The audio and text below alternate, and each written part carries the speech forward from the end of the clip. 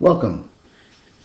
This video lecture begins our discussion of topic 2, which deals with the environment and structure of financial accounting. And we're going to begin by talking about the function and focus of financial accounting.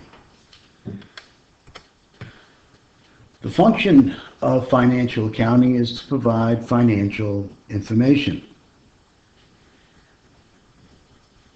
And financial information should be relevant and reliable to the users that are being targeted. For financial accounting, our external user group is investors and creditors.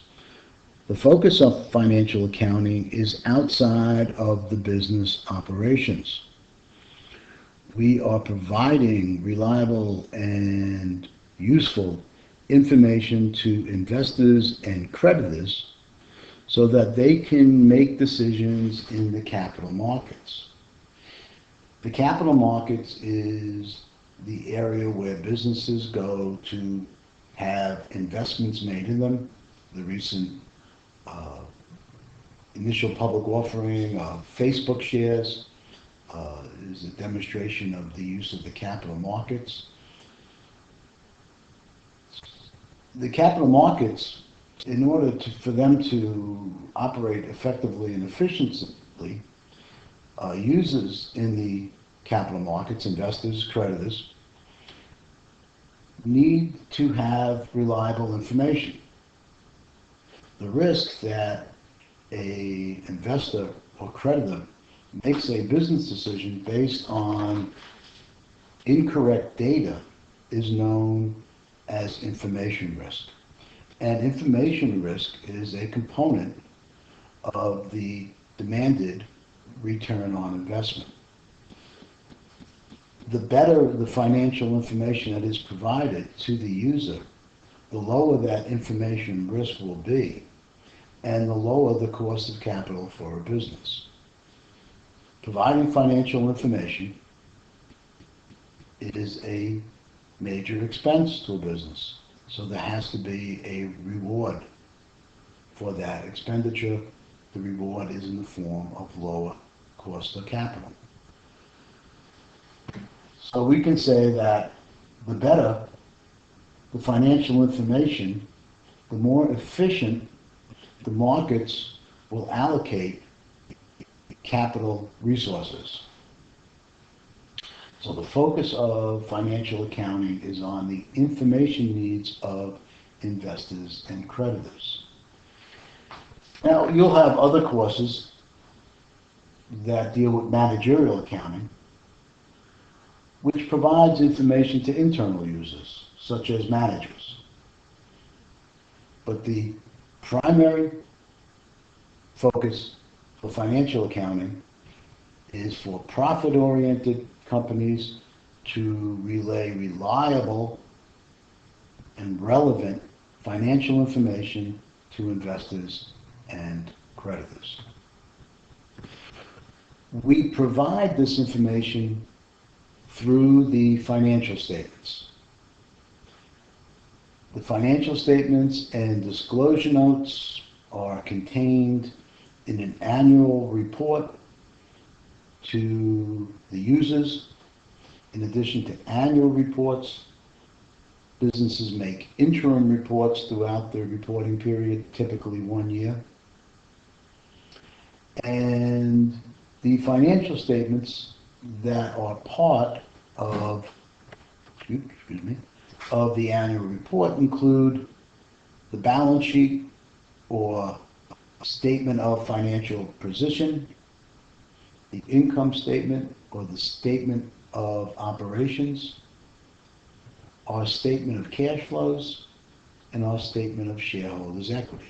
Now, we looked at the format for each of these in our previous topic, and they will be the subject of future topics.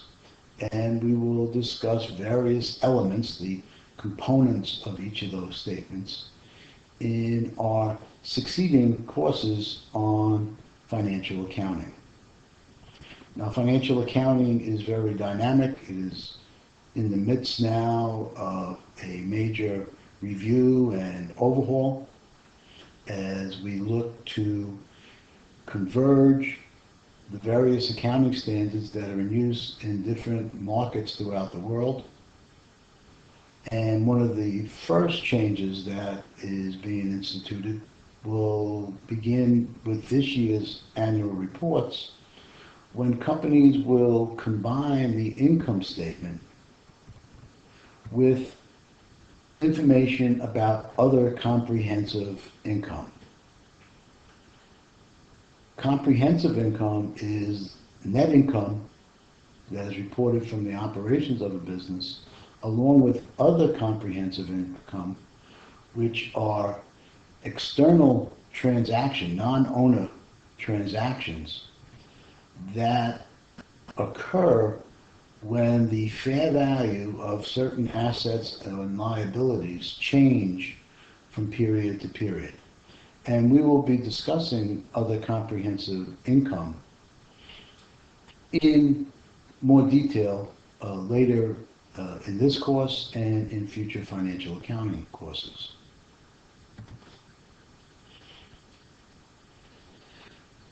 So in order for us to provide relevant information to our primary users, shareholders and creditors, we need to understand their perspective. What are they looking for? Well, shareholders are concerned with two types of future cash inflows. The shareholder makes a cash outflow when they purchase the shares of a company.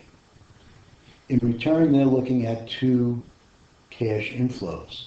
Dividends, the return to them of part of the earnings of a business, and in the capital appreciation of their stock. The hope of an investor is that they may sell their stock for a greater price than they originally paid. For creditors, their initial outflow is the principal amount of a loan or other debt instrument. Creditors also are looking for two forms of future cash flows. The payment of interest that is based on a contractual agreement for a certain annual rate to be paid at particular intervals. For example, monthly, quarterly, semi-annually, or annually. And then ultimately the cash inflow that occurs when the creditor receives the repayment of principal, the amount of the loan, from the entity that took out the loan. So the function of financial accounting is to provide relevant information that will allow investors and creditors to make decisions that are future-oriented based on past information as to the amount, timing, and uncertainty of future cash flows.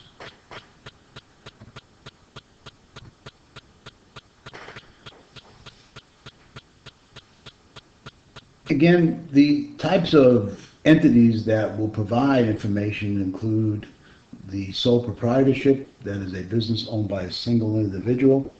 They are the largest group of businesses in the U.S., but for our purposes, we will not be really speaking to things that are required by them. Partnerships is an entity owned by two or more individuals. Again, the focus of financial reporting is not on them. We will be concentrating on for-profit corporations which are owned by shareholders, and financial accounting will function to provide them with relevant information. For sole proprietorships and partnerships, most of them can utilize the cash basis of accounting. In the cash basis of accounting, revenue is recognized when cash is received and expenses recognized when cash is paid. However, it's been shown that the cash basis of accounting does not provide information that is relevant to the nature, timing, and uncertainty of future cash flows. Instead, accountants have developed what's called accrual accounting.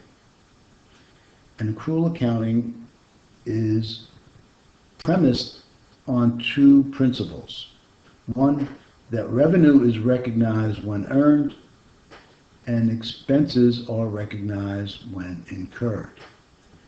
The revenue recognition rule will provide us the basis of determining when revenue is earned. The matching principle tells us that we, as accountants, are expected to match expenses to the revenues they help to generate. And we'll be looking at these two principles in our next video lecture. In the textbook, they have this little example of the cash basis of accounting. As you can see here, we have a company, we have some information about sales, about cash collections, about payments. So let's take a look at the cash flows. While this company generated $100,000 of sales, these sales were on credit, meaning they hadn't been paid for at the time that the sale was made. Instead, only $50,000 was collected in year one. Under the cash basis of accounting, only $50,000 would be shown as a cash inflow. In year one, they paid for 3 years worth of rent, so all of that outflow of cash is recognized in year one. We have our payment to our workers, which are made on a regular basis. And then in year one, while we use $10,000 worth of utilities, we only paid for $5,000, so only $5,000 is a cash flow. So in year one, we had more cash going out than coming in, and we have a negative cash flow from operations of $65,000. In year two, in addition to our sales for the year, we had some collections for the prior year and probably some sales that will not be collected till the third year, so our cash received is $125. Well, we will not have any rent expense, even though we're using that facility now, because all the cash was paid in year one. We have our salaries to our employees, and we have the additional payment of $5,000 for the prior year made in the current year. So the net cash flow for this period is $60,000.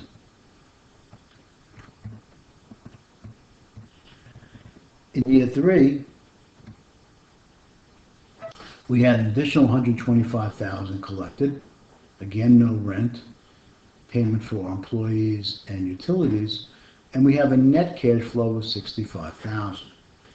So if an investor is looking for trends, this business looks like it is growing rather rapidly.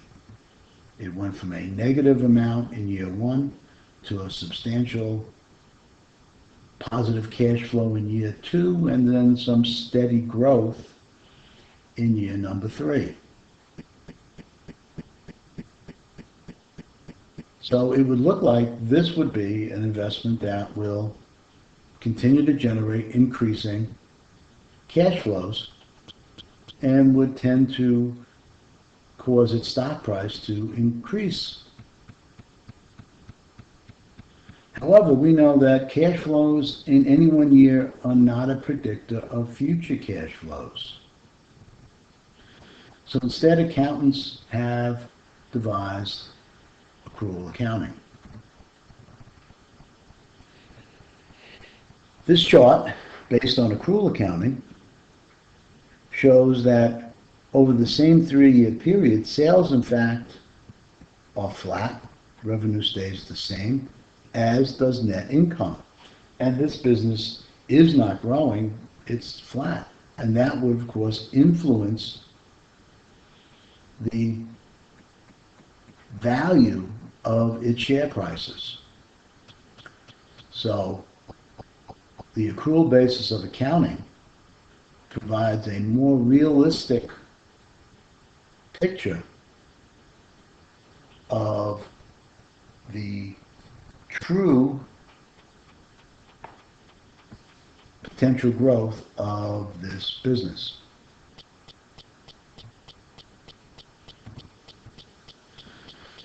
So the focus of financial accounting is on profit-oriented companies providing relevant financial information to our investors and creditors.